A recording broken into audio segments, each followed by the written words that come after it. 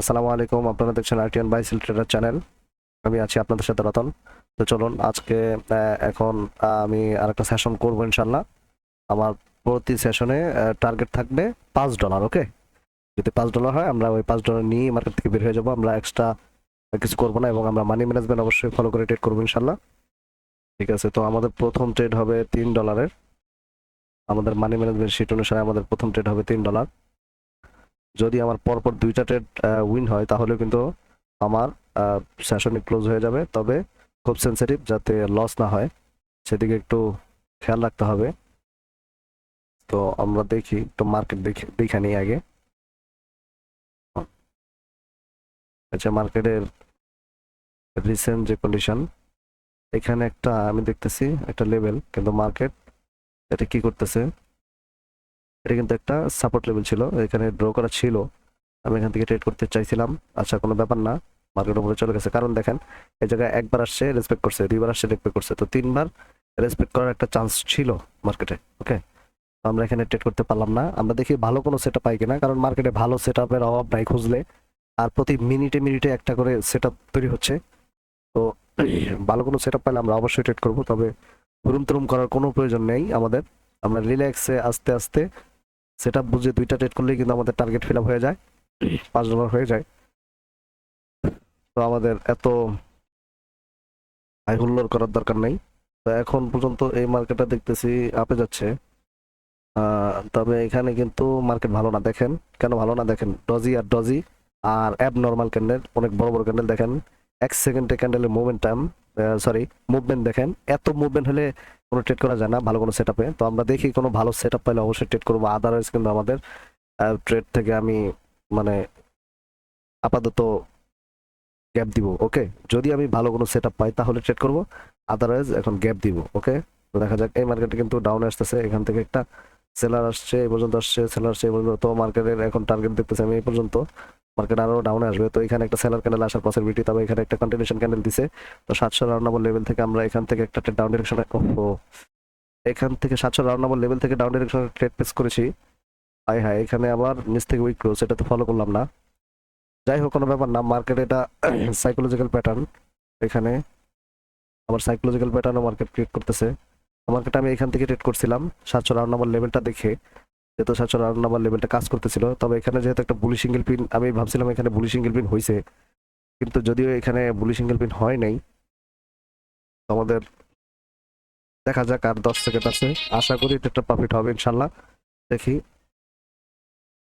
দেখা যাক। আলহামদুলিল্লাহ আমাদের এই ট্রেডটা প্রফিট হয়ে গেছে। আমাদের আর মাত্র একটা ট্রেড দরকার।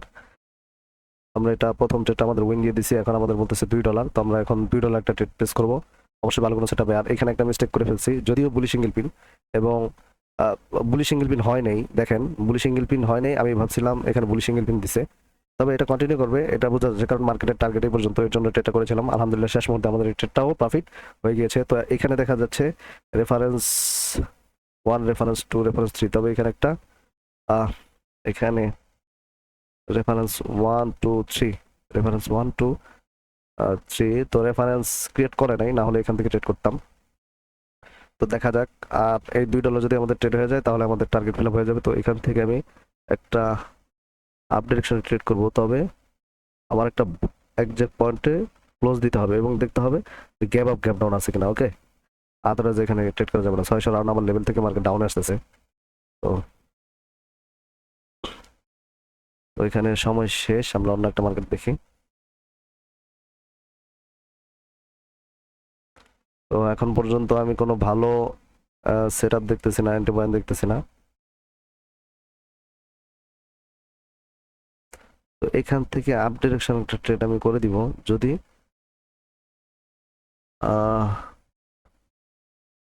ওকে, একটু নিচ থেকে করছিলাম। আচ্ছা ওকে, আমরা এখান থেকে আপ ডিরেকশন এখানে করে দিয়েছি, কারণ হচ্ছে 550 একটা রাউন্ড নাম্বার লেভেল।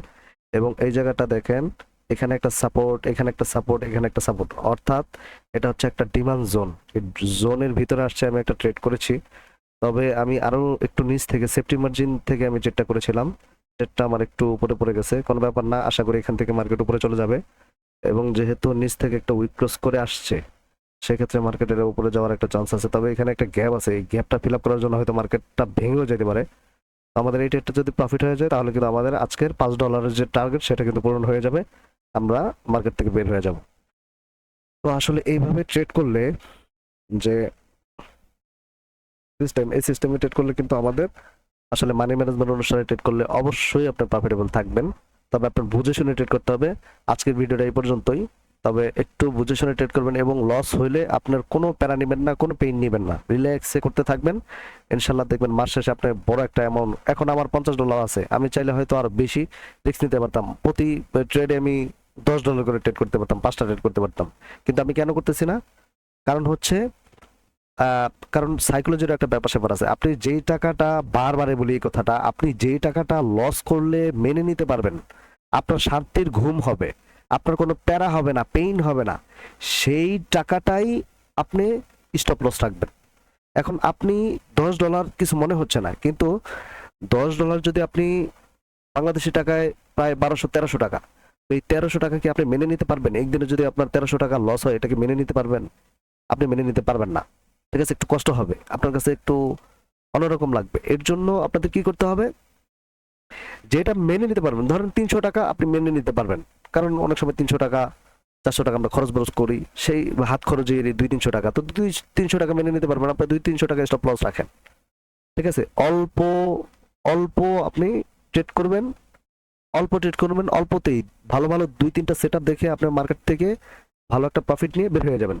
এত দরকার নাই তো, প্রথম প্রথম অবস্থায় এত দরকার নাই। আপনি 1 বছর কন্টিনিউ করেন, 1 বছর কন্টিনিউ করে মার্কেটের সাইকোলজিটা আপডেট করেন, কারণ আপনি শিখতে পারবেন, শিখতে সময় লাগবে না, কিন্তু এই যে সাইকোলজিটা, এই সাইকোলজিটা আপডেট করতেই সময় লাগে প্রত্যেকটা মানুষের।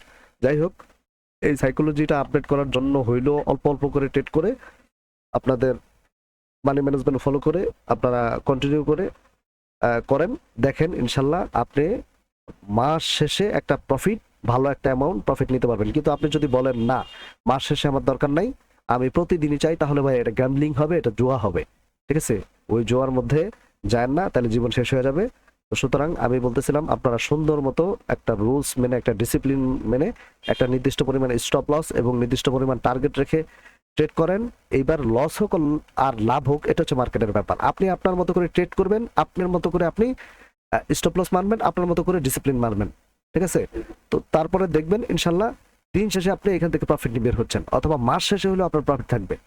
আপনার আপনি যদি প্রতিদিন $5 করে প্রফিট করেন, প্রতিদিন যদি $5 করে প্রফিট করেন, তাহলে আপনার মাস শেষে হয় কত জানেন? $150। তো $150 মানে বাংলাদেশের টাকা হিউজ টাকা। আপনি $150 লস টস করে আপনি এভারেজে $100 রাখেন বা $80 রাখেন, তাও তো বাংলাদেশের টাকায় মোটামুটি অনেক টাকা। তো এইটা, এই অ্যামাউন্টটা আবার বড় হইলে এরপরে আবার বাড়ায় করেন, সমস্যা কি? $100 থেকে 200, $1000 করেন, টোটালি আপনি আস্তে আস্তে করে $1000 করেন। $1000 করার পরে তারপরে আপনি প্রতিদিন $10 করে আপনি টার্গেট রাখেন। ঠিক আছে, এটা পরে, অথবা প্রতিদিন আপনি $20 করে টার্গেট রাখেন। আপনার $5000 হয়েছে, এখন আপনি প্রতিদিন $50 করে টার্গেট রাখেন। আপনার অ্যামাউন্টের উপর ভিত্তি করে আপনি টার্গেট নেবেন।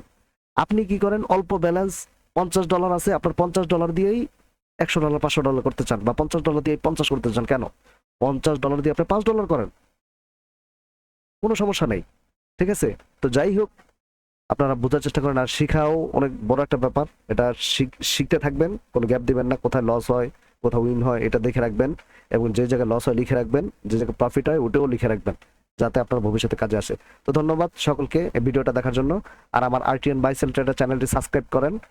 তো আমি আপনাদের জন্য এখন কন্টিনিউ আসবো ইনশাল্লাহ। তো আমার আসলে কাজের কারণে আমি আপনাদের মাঝে ভিডিও ছাড়তে পারি না বা আসতে পারি না, এর জন্য আমি আসলে ভিডিও ছাড়তে পারি না আপনাদের জন্য। তো আমি এখন চেষ্টা করবো আপনাদের জন্য রেগুলার ভিডিও নিয়ে আসতে।